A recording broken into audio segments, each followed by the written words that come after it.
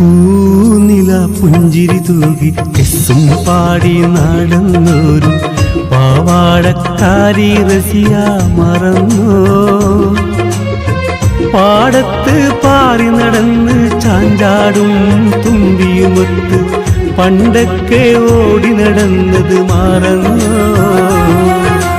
പൂനില പുഞ്ചിരി തൂകി കെസ്സും പാടി നടന്നോരും പാവാടക്കാരി റസിയ മറന്നോ? പാടത്ത് പാറി നടന്ന് ചാഞ്ചാടും തുമ്പിയുമൊത്ത് പണ്ടൊക്കെ ഓടി നടന്നത് മറന്നോ?